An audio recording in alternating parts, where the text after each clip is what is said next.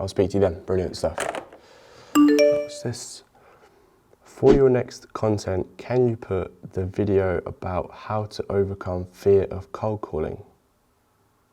Let's talk about it. So Regina, thank you so much for your message. I'm probably butchering that name. I'm so sorry if I am. But yeah, of course, this is what the video is going to be all about, cold calling, the mindset that you need to have, practical things you can do before the cold call, during a cold call, tone of voice, mentality, all that good stuff is going to be all in this video. So let's just go straight into it. By the way, if you haven't seen, I have a Facebook group all for social media marketing. Join it. It's the first link in the description. So in life in general, you've got two types of people. You've either got extroverts or introverts. If by some reason you don't know what they are, an introvert is obviously a person that doesn't really like to go out and talk to people, would rather much prefer to stay at home with themselves or the people that they know. Now, obviously, an extrovert is the opposite. They are more than happy to go out, talk to people, socialize, and they're very much more sort of confident, I suppose. So a lot of the time, of course, people that struggle with cold calling or physical sort of meetings in person are the introverts. And to be honest, myself, naturally, I would say I am an introvert, because if I had the choice to either go out and socialize or stay at home and do some work, I would always choose to stay at home and do some work. And I suppose I'm a little bit confident on the camera, but this is the reason why. Because before my previous job, I used to do a door-to-door job. I literally would just go door-to-door, just knocking on doors, and I used to work for a charity, basically signing people up for like £1 a week. Anyway, prior to that job, I was pretty shy, to be honest. I didn't really have that much confidence. Definitely an introvert at that point. Now, because the whole principle of the job of door-to-door sales is you physically have to go from door to door, I think it was for like 8 hours a day or something like that, crazy. And you literally just have to talk to random people face to face and get them to sign up to this £1 a week charity. Now, I'm so glad I've done it, because it has built a lot of confidence in me over the time of me doing that job. I think I've done it for just under a year. Now, why am I telling you this? Because in that job, I learned a very, very useful skill in sales, and a bit more than in sales, to be honest, it's more in life, and that is law of averages. Now, what exactly is law of averages? It's how they describe it is, if you speak to 10 people, 1 out of 10 people will say, yes, I want to, buy or sign up to the thing that you're selling. And how to better visualize it is, imagine you have 100 cups of coffee sort of lined up on a table, and only 10 of them have sugar in them, and the rest of them are just normal coffees, right? And because they all look the same, you can't exactly tell which ones have the coffee or not. So the only way for you to figure out which ones do have the coffee are to have a sip from all of them. Granted, you'll probably die of too much coffee, but that's how you'd find out basically the coffees that have the sugar in it.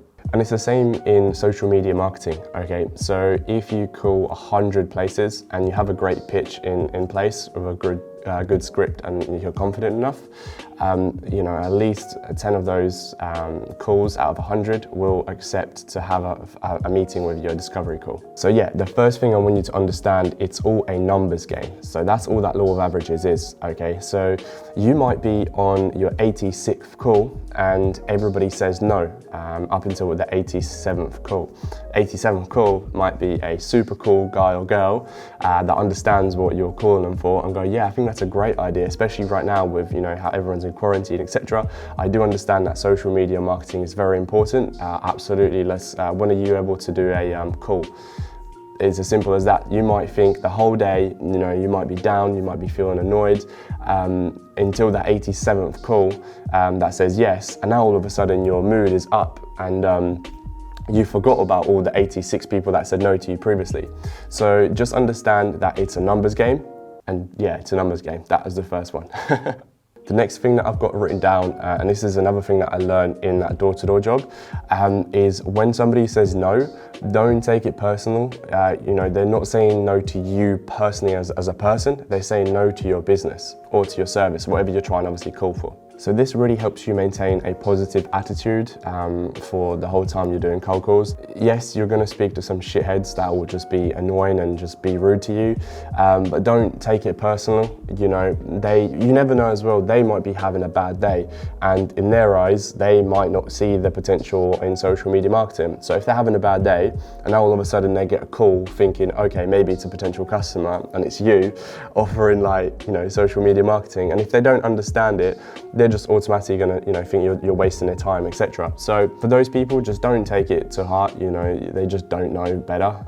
So yeah, that's number 2. Just don't take it to heart. Oh, another thing, by the way, on that one, another reason why you shouldn't take it to heart is because they probably get like 100 calls a day of people similar to you or offering some sort of a service. So you just seem like another person offering, you know, a service, which technically you are, but you want to come across like you're different and you're individual and you're only calling them rather than doing a mass call. But anyway, that's all sort of the mindset side of things. What about sort of practical things that you can, you know, actually use and take from this video? So the first practical thing that you could do, in fact, you need to do before you call any place, is try and find the business owner's name. Now, this is going to be in a whole future video, exactly step by step. I'll share you my screen, how you can go about do that. I've got a structure in place where I can, 9 out of 10 times, I can get the business owner's name. It's super easy, and I will be showing you that in maybe tomorrow's video or the day after. But yes, so before you call, you want to figure out the manager's name or somebody that works there. Okay, so when you call them, you know, you're not just going, hey, can I speak to the manager? Oh wait, hey, can I speak to the manager? You know, you're not saying that. You're saying, hey, can I speak to Gilbert? Do you know what I mean? I've actually never spoken to anybody called Gilbert. But anyway, so the reason why you want to do that is because if you are talking to the gatekeeper and you now say, you know, can I speak to so-and-so with their name, the gatekeeper will automatically think that you know them and you two are like, you know, have a connection, you two are friends. And there's a smaller chance of the gatekeeper questioning why you're calling. They might just go, okay, yeah, sure, I'll put you through it. If you go, hey, can I speak to the manager? They're 100%, no matter what, they will ask you, what's it regarding, etc, etc. But you know, if you sound confident and just straight away, hey, can I speak to so-and-so? You know, you say their name, you'll most likely get put through to them. Second tip is actually your tone of voice. Now this is super important. I actually got taught this by Jordan Belfort, Wolf of Wall Street. Well, he didn't really teach me, I just watched his movie like I've probably seen it about 12 times. Anyway, so the thing that he always stresses about is your tone of voice, especially in cold calling, because what's the one thing that they can get from you? It's your voice, right? Because they can't see you, they can't feel you, they can't smell you, it's only over the phone, right? So that is your only weapon to use to differentiate yourself from other people that are cold calling them like 24/7. So number 1 tip for cold calling, for your tone of voice that is actually smile when you talk. So yeah, that might sound weird because, you know, the other person can't physically see you, but I promise you there's a huge difference when you're talking on a phone with a straight face or, you know, if you're smiling.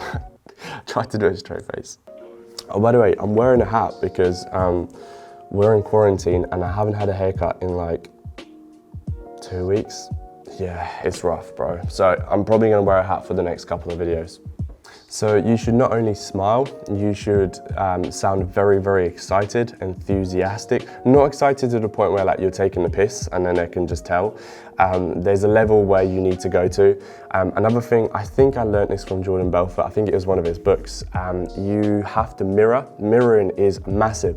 So, oh my God, I can't believe that wasn't like the first one. Okay, mirroring is probably one of the biggest like tips I can give you guys. I learned this as well in a door-to-door job. Okay, so when you're cold calling somebody and you know, they answer the call, they're going to be at different levels, okay? You might call one person and, you know, they might sound like this. They might be either bored or they've had a shit day or they've had a long day. Or you might call this place and, oh my God, yeah, you know what I mean? They're super excited. That was weird.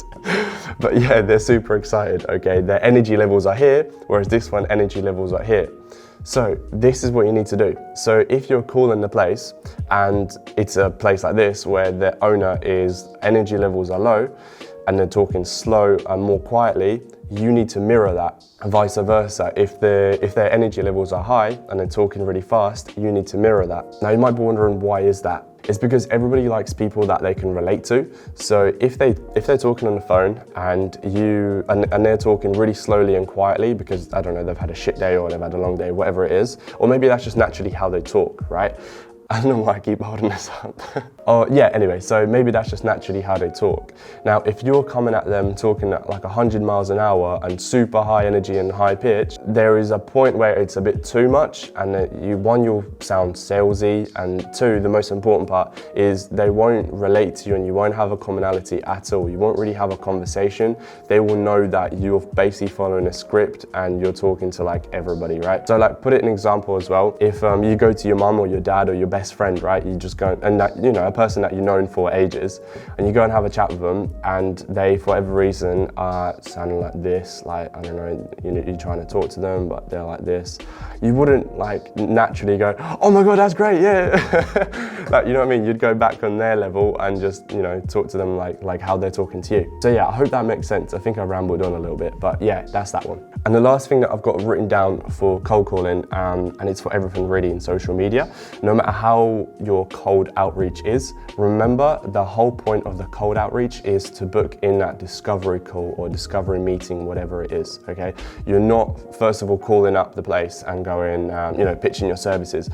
Definitely the biggest mistake, do not ever pitch your service to the gatekeeper. If they ask what's it regarding, you shouldn't, you know, start going, okay, well, we run a social media marketing agency and we do this and this and this, because one, you're wasting your time, and two, that's not the decision maker, and three, they will definitely put the phone down to you or be like, oh yeah, let me just take your details and we'll give you a call back, which never happens. So you should always try and get through to the decision maker. And yeah, of course, the gatekeeper is going to ask you, you know, what is the call regarding? I normally keep it quite vague.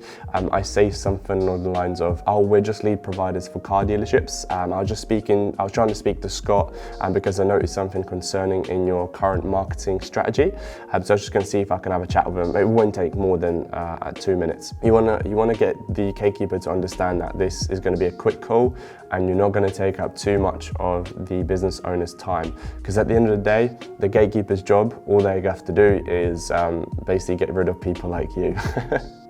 So yeah, the number one thing I really wanted you guys to take away from this video is the fact that it's all a numbers game. You just have to do it over and over, and you get better and better as time progresses. You know, for me, for example, when I first started, I couldn't book a meeting at all. I quite struggled with it. But then as time progressed, I developed a script that really has helped me book, you know, on average, I can book 5 to 10 calls in 1 hour using my script. In fact, I've actually posted my exact script in my Facebook group, the link down below, like I mentioned at the beginning of the video. Literally step by step, exactly what I say is on that group. So if you want the script as well, like I said, first link in the description. Yeah. But yeah, that'll be it for this video. I hope you guys enjoyed, and I'll see you on the next one.